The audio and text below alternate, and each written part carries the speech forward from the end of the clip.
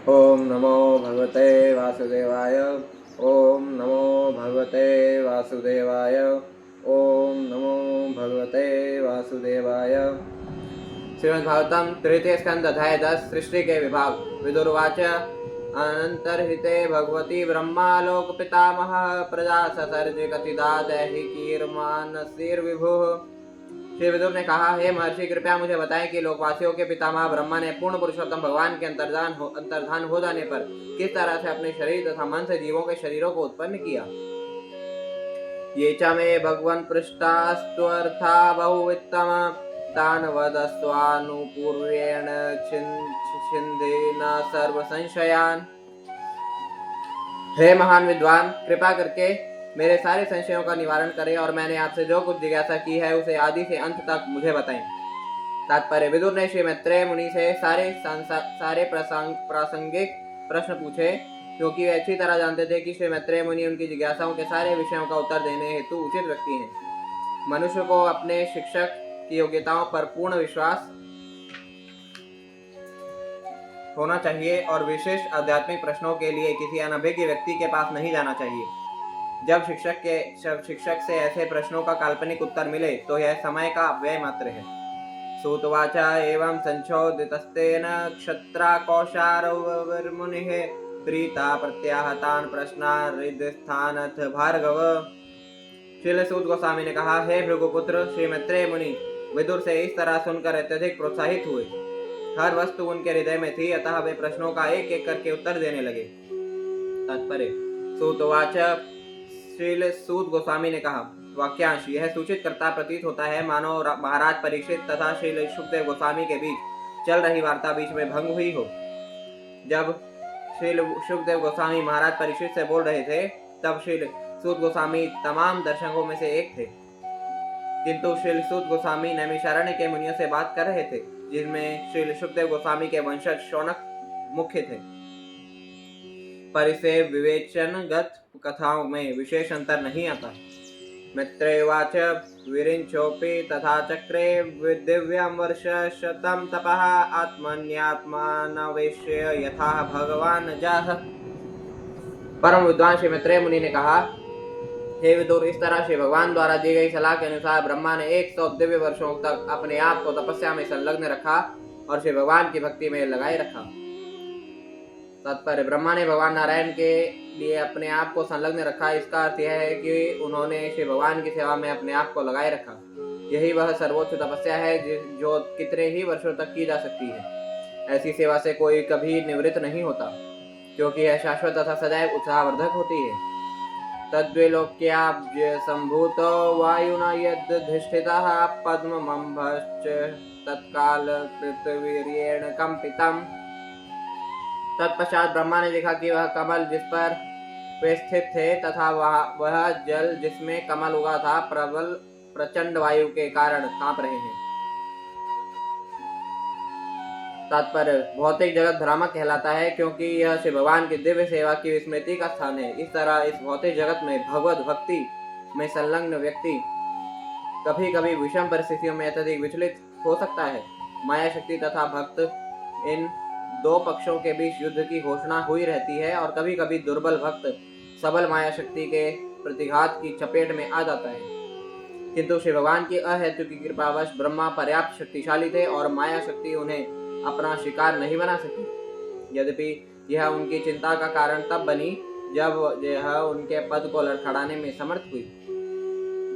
तपसा येदमानेन विद्यया चात्म संस्थया विवृद्ध विज्ञान बलोन्पाद वायुं सहांभसा। दीर्घकालीन तपस्या तथा आत्म साक्षात्कार के दिव्य ज्ञान ने ब्रह्मा को व्यावहारिक ज्ञान में परिपक्व बना दिया था, अतः उन्होंने वायु को पूर्णतः जल के साथ पी लिया। तात्पर्य। अस्तित्व के लिए ब्रह्मा का संघर्ष उस निरंतर युद्ध का निजी उदाहरण प्रस्तुत करता है जो इस भौतिक जगत में जीवों तथा मोहिनी शक्ति माया के बीच चलता रहता है। ब्रह्मा से लेकर आज तक सारे जीव भौतिक प्रकृति की सेनाओं से संघर्ष करते रहे हैं। विज्ञान तथा दिव्य अनुभूति में उन्नत ज्ञान के कारण मनुष्य उस भौतिक शक्ति पर नियंत्रण पाने का प्रयास कर सकता है, जो हमारे प्रयासों के विरुद्ध कार्यशील रहती है। और आधुनिक युग में तो उन्नत भौतिक वैज्ञानिक ज्ञान तथा तपस्या ने भौतिक शक्तियों को नियंत्रित करने में अद्भुत भूमिका निभाई है, किंतु भौतिक शक्ति पर ऐसा नियंत्रण तभी सफल हो सकता है जब मनुष्य श्री भगवान के शरणागत हो और दिव्य प्रेमा भक्ति के भाव से उनके आदेश का पालन करे।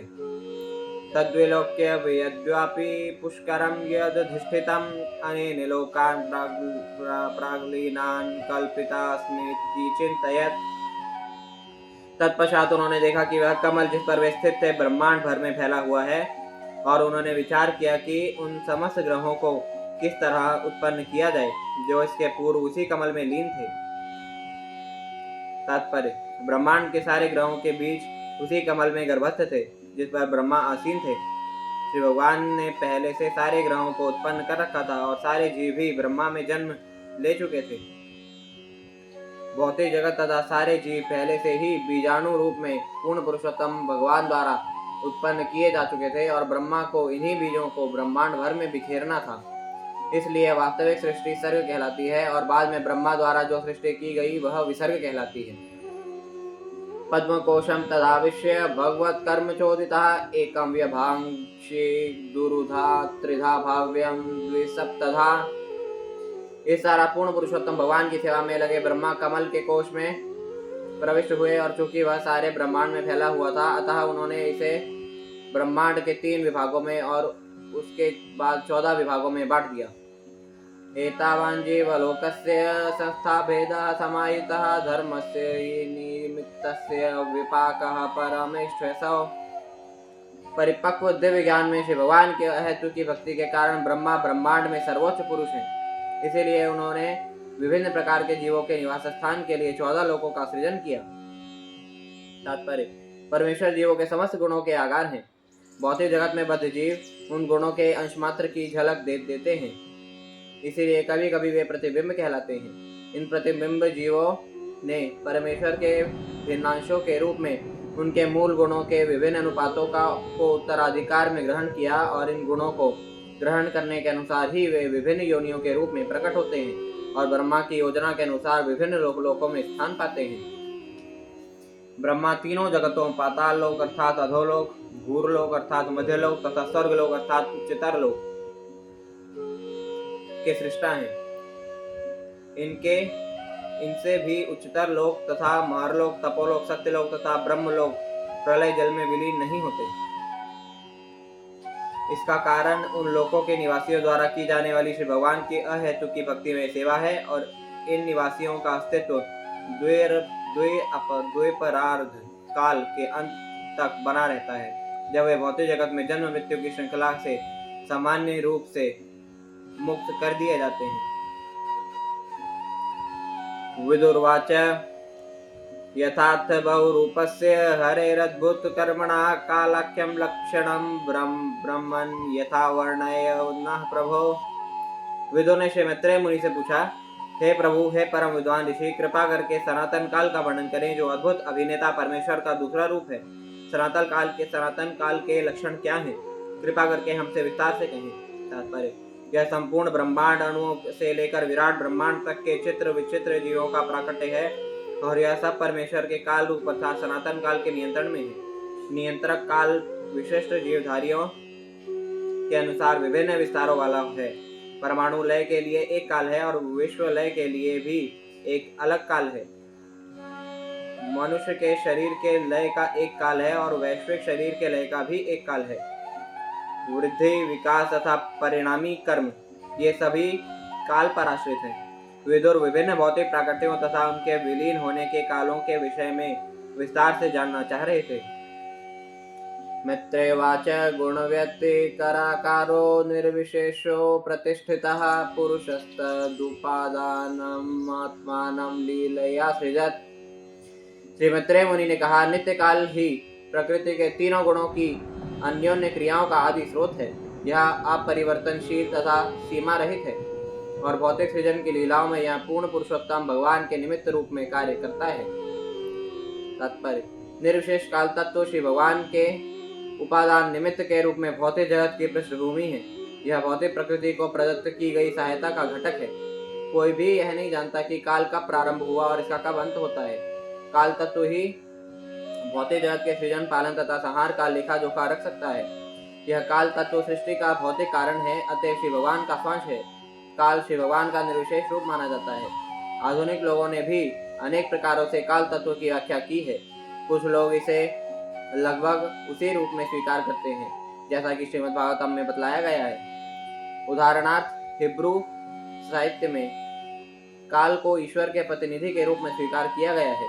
उसमें कहा गया है, ईश्वर ने भूतकाल में पैगंबरों के द्वारा पिताओं से कभी कभी और अनेक प्रकार से बातें की। तत्व मीमांसा की दृष्टि से काल को परम पूर्ण तथा वास्तविक के रूप में विभेदित किया जाता है। परम पूर्ण काल तो सतत है और भौतिक वस्तुओं की गति या मंदता से अप्रभावित रहता है। काल की गणना ज्योतिर्विज्ञान तथा गणित के अनुसार गति परिवर्तन तथा किसी वस्तु विशेष के जीवन के परिप्रेक्ष्य में की जाती है, किंतु वस्तुतः काल का वस्तुओं की सापेक्षता से कुछ भी संबंध नहीं रहता।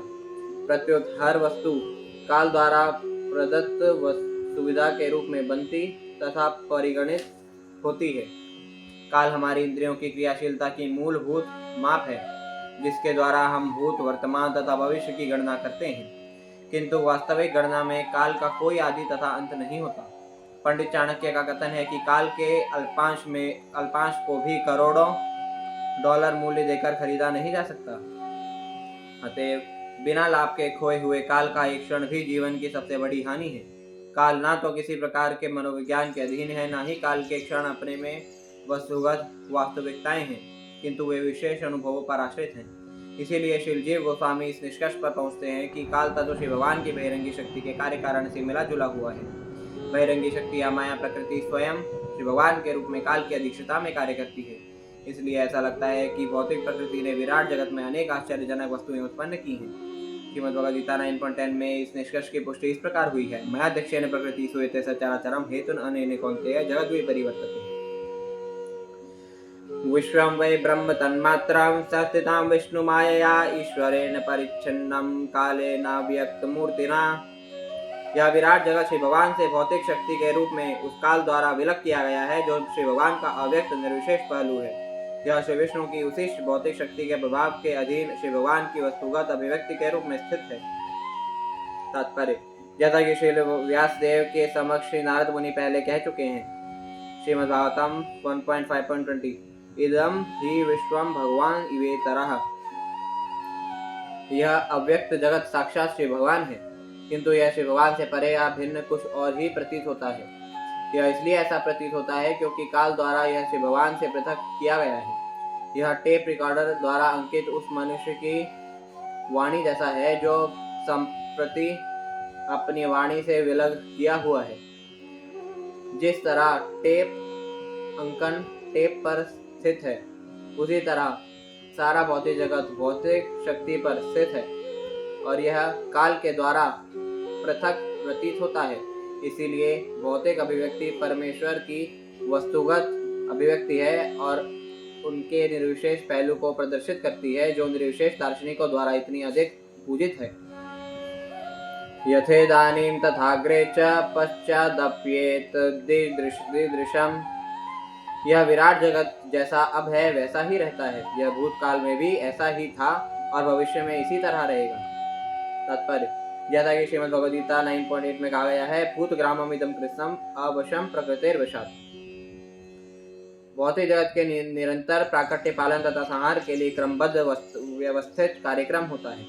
जिस तरह यह अभी उत्पन्न किया गया है और बाद में नष्ट कर दिया जाएगा, उसी तरह यह भूतकाल में था और काल क्रम में पुनः सृजित पालित तथा और विनष्ट होगा। अतः काल के क्रमबद्ध कार्यकलाप स्थायी और शाश्वत हैं और इन्हें मिथ्या नहीं कहा जा सकता। अभिव्यक्ति अस्थायी तथा आकस्मिक है, किंतु मिथ्या नहीं है, जैसा कि मायावादी दार्शनिक दावा करते हैं। सर्गो नवविधस्तस्य प्राकृतो वैकृतस्तु यः कालद्रव्ये गुणैरस्य त्रिविधा प्रतिसंक्रमः। गुणों की परस्पर अंतरक्रिया के फलस्वरूप स्वाभाविक रूप से घटित होने वाले सृजन के अतिरिक्त 9 प्रकार के अन्य सृजन भी होते हैं। सनातन काल भौतिक तत्वों तथा मनुष्य के कार्य के गुण के कारण प्रलय 3 प्रकार का है। तात्पर्य, नियमबद्ध सृजन तथा संहार परमेच्छा के फलस्वरूप में होते हैं। भौतिक तत्वों की अन्योन्य क्रियाओं से अन्य सृष्टियां भी होती हैं, जो ब्रह्मा की बुद्धि के द्वारा घटित होती हैं। बाद में इनकी विशद व्याख्या की जाएगी। अभी केवल प्रारंभिक जानकारी दी गई है। 3 प्रकार के प्रलय के कारण हैं। पहला, संपूर्ण ब्रह्मांड के प्रलय के निर्धारित काल के कारण। दूसरा, अंत के मुखारविंद से निकलने वाली अग्नि के कारण। तथा तीसरा, मनुष्य के गुणात्मक कार्य कारणों के फलस्वरूप। आद्यस्तु महता सर्गो गुणवैषम्यमात्मनः, द्वितीयस्त्वहमो यत्र द्रव्य ज्ञान क्रियोदयः। 9 सृजनों में से पहला सृजन महत्तत्व सृजन अर्थात भौतिक घटकों की समग्रता है, जिसमें परमेश्वर की उपस्थिति के कारण गुणों में परस्पर क्रिया होती है। द्वितीय सृजन में मिथ्या अहंकार उत्पन्न होता है, जिसमें से भौतिक घटक, भौतिक ज्ञान तथा भौतिक कार्यकलाप प्रकट होते हैं। तात्पर्य, भौतिक सृजन के लिए परमेश्वर से जो पहला उद्भास होता है वह महत्तत्व कहलाता है। भौतिक गुणों की अन्योन्य क्रिया मिथ्या पहचान का कारण है, या कि इस भाव का कि जीव भौतिक तत्वों से बना है। यह मिथ्या अहंकार आत्मा के साथ शरीर तथा मन की पहचान करने का कारण है। भौतिक संसाधन तथा कार्य करने की क्षमता एवं ज्ञान की उत्पत्ति सृजन के दूसरे चरण में होती है, अर्थात महत्तत्व के बाद। ज्ञान सूचक है इंद्रियों का, जो ज्ञान एवं इंद्रियों के अधिष्ठाता देवों की साधन है। कर्म के अंतर्गत कर्मेंद्रियां तथा उनके अधिष्ठाता देव आते हैं। ये सब द्वितीय सृष्टि में उत्पन्न होते हैं। भूत सर्गस्तु तन्मात्रो द्रव्य शक्तिमान, चतुर्थेन्द्रियः सर्गो यस्तु ज्ञान क्रियात्मकः।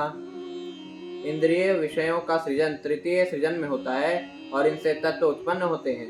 चौथा सृजन है ज्ञान तथा कार्य क्षमता क्रिया शक्ति का सृजन। वैकारिको देव सर्गा, पंचमो यन्मयं मनः, षष्ठस्तु तमसा सर्गो यस्तु बुद्धिर्कृतो प्रभो। 5वां सृजन सत्वगुण की अन्योन्य क्रिया द्वारा बने अधिष्ठाता देवों का है, जिसका सार समाहार मन है। 6ठा सृजन जीवों के अज्ञानता पूर्ण अंधकार का है, जिससे स्वामी मूर्ख की तरह कार्य करता है। तात्पर्य, उच्च लोकों के देवता देव कहलाते हैं, क्योंकि वे सब भगवान श्री विष्णु के भक्त हैं। विष्णु भक्ता स्मृतो दैव आसुरस्त द्विपर्ययः।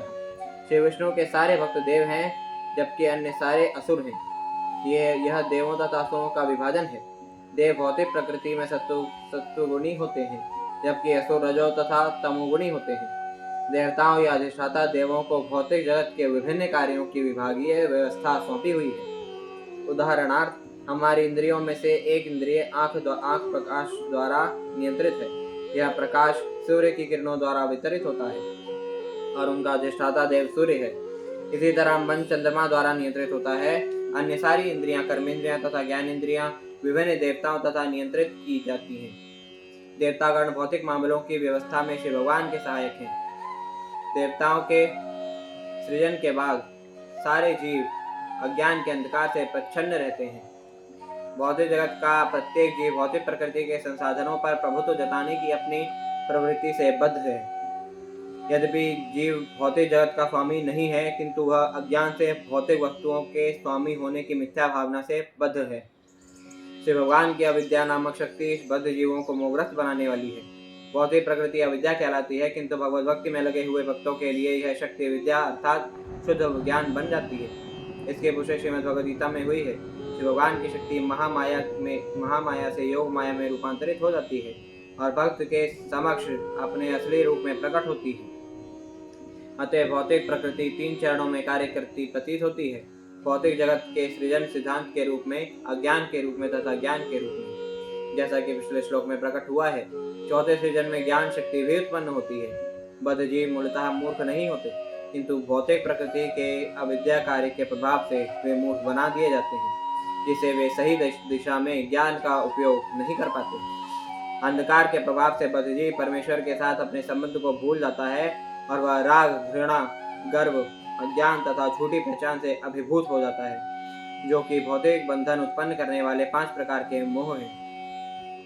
षडी में प्राकृता सर्गा व्यकृतानपि मेषणो रजो भाजो भगवतो लीलेयं हरिमेधसः। उपयुक्त समस्त सृष्टियां श्री भगवान की बहिरंगी शक्ति की प्राकृतिक सृष्टियां हैं। अब मुझसे उन ब्रह्मा द्वारा की गई सृष्टियों के विषय में सुनो, जो रजोगुण के अवतार हैं और सृजन के मामले में जिनका मस्तिष्क श्री भगवान जैसा ही है। सप्तमो मुख्य सर्गस्थो षड्विधस्तातस्तु शांक्षयः वनस्पत्योषधिलतात्वक्साराविरुद्धो द्रुमः। सातवां सृजन अचर प्राणियों का है जो 6 प्रकार का होता है। फूल रहित फल वाले वृक्ष, फल पकने तथा जीवित रहने वाले पेड़ पौधे, लताएं, नलीदार पौधे, बिना आधार वाली लताएं तथा फल फूल वाले वृक्ष।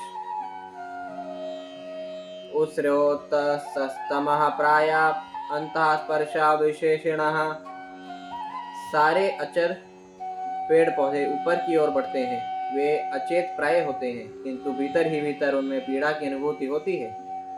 वे नाना प्रकारों में प्रकट होते हैं।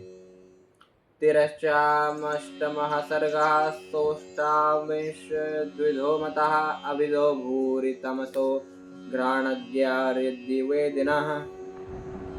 8वां सृजन निम्नतर जीव योनियों का है और उनकी 28 विभिन्न जातियां हैं। वे सभी अत्यधिक मूर्ख तथा ज्ञानी होती हैं।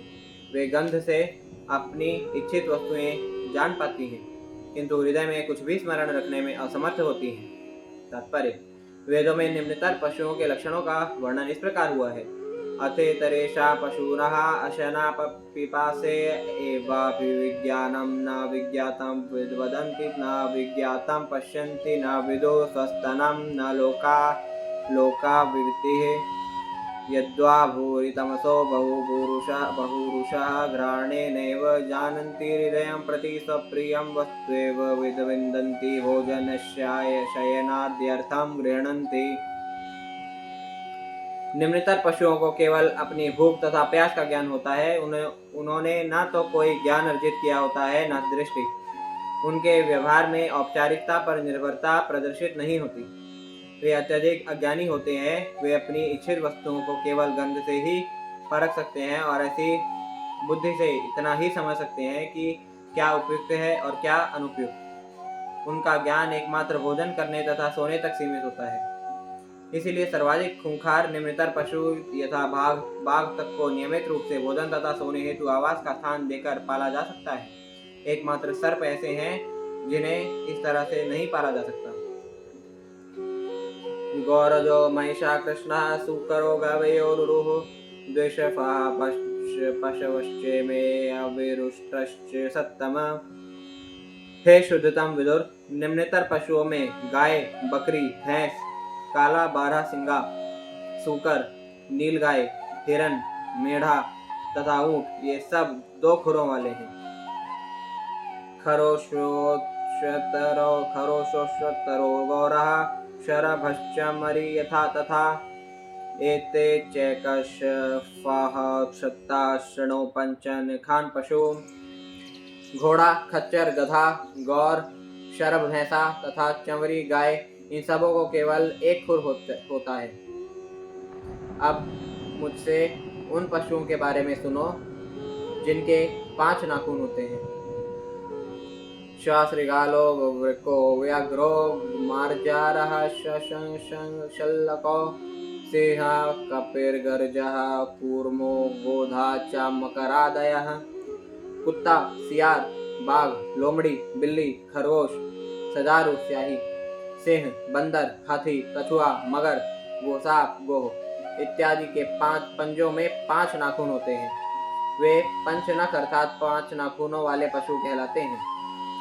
कंक, गृध्र, बकशेन, भास, भल्लुकवर्हिणः, हंस, सारस, चक्रावय, काकोलूकादयः खगाः। कंक, गीध, बगुला, बाज, भास, भल्लूक, मोर, हंस, सारस, चक्रवाक, कौवा, उल्लू इत्यादि पक्षी कहलाते हैं। अर्वाक स्रोतस्तु नवमः क्षत्तरेक विधो नृणां रजोधिकः कर्म परा दुखे च सुखमानिनः। मनुष्यों का सृजन क्रमानुसार 9वां है। यही केवल एक ही योनि जाति ऐसी है जो अपना आहार उदर में संचित करते हैं। मानव जाति में रजोगुण की प्रधानता होती है। मनुष्यगण दुखी जीवन में भी सदैव व्यस्त रहते हैं, किंतु वे अपने आप को सभी प्रकार से सुखी समझते हैं। तात्पर्य, मनुष्य पशुओं से अधिक रजोगुणी होता है, अतः मनुष्य का यौन जीवन अधिक अनियमित होता है। पशुओं में संभोग का एक काल नियत होता है, किंतु मनुष्य में ऐसे कार्यों के लिए कोई नियमित समय नहीं है। मनुष्य भौतिक दुखों से छुटकारा पाने हेतु उच्चतर एवं उन्नत स्तर की चेतना प्राप्त हुई होती है, किंतु अपने अज्ञान के कारण वह यह सोचता है कि उसकी उच्चतर चेतना जीवन की भौतिक सुविधाओं के संवर्धन के निमित्त है। इस तरह उसकी बुद्धि का आध्यात्मिक साक्षात्कार के बजाय पाशविक लालसाओं, खाने, सोने, रक्षा करने तथा संभोग करने में दुरुपयोग होता है। भौतिक सुविधाओं में अग्रसर होकर मनुष्य अपने आप को अधिक दुखी अवस्था में ले जाता है, किंतु भौतिक शक्ति के द्वारा मोहित किए जाने से वह अपने आप को सदैव सुखी समझता है, भले ही वह कष्ट से क्यों न घिरा हुआ हो। मनुष्य जीवन की ऐसी दुखी अवस्था उस प्राकृतिक आरामदेह जीवन से भिन्न है जिसका भोग पशु तक भी करते हैं। वैकृतास्त्रिय एवैते देवसर्गश्च सत्तम वैकारिकस्तु यः प्रोक्तः कौमारस्तु भयात्मकः। हे श्रेष्ठ विदुर, ये अंतिम 3 सृष्टियां तथा देवताओं की सृष्टि 10वीं सृष्टि वैकृत सृष्टियां हैं, जो पूर्व वर्णित प्राकृतिक सृष्टियों से भिन्न हैं। कुमारों का प्राकट्य दोनों ही सृष्टियां हैं। देवसर्गश्चाष्टविधो विबुधाः पितरोऽसुराः गन्धर्वाप्सरः सिद्धाः यक्ष रक्षांसि चारणः भूतप्रेत पिशाचाश्च विद्याधराः किन्नरादयः दशैते विदुराख्याताः सर्गास्ते विशसत्कृताः। देवताओं का सृजन 8 प्रकार का है। देवता, पितरगण, असुरगण, गंधर्व तथा अप्सराएं या देवदूत, पक्ष तथा राक्षस, यक्ष तथा राक्षस, सिद्ध, चारण तथा विद्याधर, भूत प्रेत तथा पिशाच, किन्नर, अति मानवीय प्राणी, देवलोक के गायक इत्यादि। ये सब ब्रह्मांड के सृष्टा ब्रह्मा द्वारा उत्पन्न किए गए हैं। तात्पर्य, जैसा कि श्रीमद् भागवतम के 2वें स्कंद में बताया जा चुका है, सिद्धगण सिद्ध लोक के निवासी हैं, जहाँ के रहने वाले बिना यान के अंतरिक्ष में यात्रा करते हैं। वे इच्छा मात्र से बिना कठिनाई के एक ग्रह से दूसरे ग्रह में चले जा सकते हैं।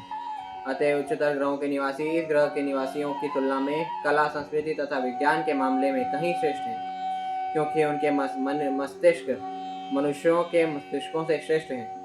इस संदर्भ में उल्लिखित भूत प्रेतों की भी गणना देवताओं में की जाती है, क्योंकि वे असामान्य कार्य करने में सक्षम होते हैं, जो मनुष्यों के लिए संभव नहीं है। अतः परम प्रवक्ष्यामि वंशान् मन्वन्तराणि च एवं रजाप्लुतः सृष्टा कल्पादिष्वात्मभूर्हरिः सृजत्यमोघ संकल्पो आत्मैवात्मानमात्मना। अब मैं मनुओं के वंशजों का वर्णन करूंगा। सृष्टा ब्रह्मा, जो कि श्री भगवान के रजोगुणी अवतार हैं, श्री भगवान की शक्ति के बल से प्रत्येक कल्प में अचूक इच्छाओं सहित विश्व प्रपंच की सृष्टि करते हैं। तात्पर्य, विराट जगत श्री भगवान की अनेक शक्तियों में से एक का विस्तार है। सृष्टा तथा सृष्टि दोनों एक ही परम सत्य के उद्भास हैं, जैसा कि श्रीमद् भागवतम के प्रारंभ में कहा गया है, जन्माद्यस्य यतः। इस प्रकार श्रीमद् भागवतम के 3 स्कंद के अंतर्गत सृष्टि के विभाग नामक 10वें अध्याय के भक्ति वेदांत तात्पर्य पूर्ण हुए।